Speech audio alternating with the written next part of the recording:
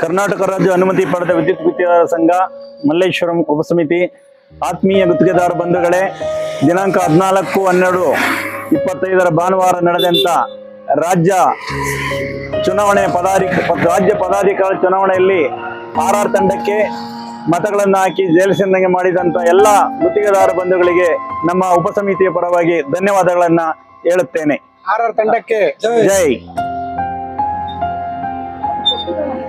ಎಲ್ಲ ಆತ್ಮೀಯ ಬಂದವರೇ, ಚಂದ್ರಶೇಖರ್ ಮಾಡುವ ಎಲ್ಲರಿಗೂ ಪ್ರಣಾಮಗಳು.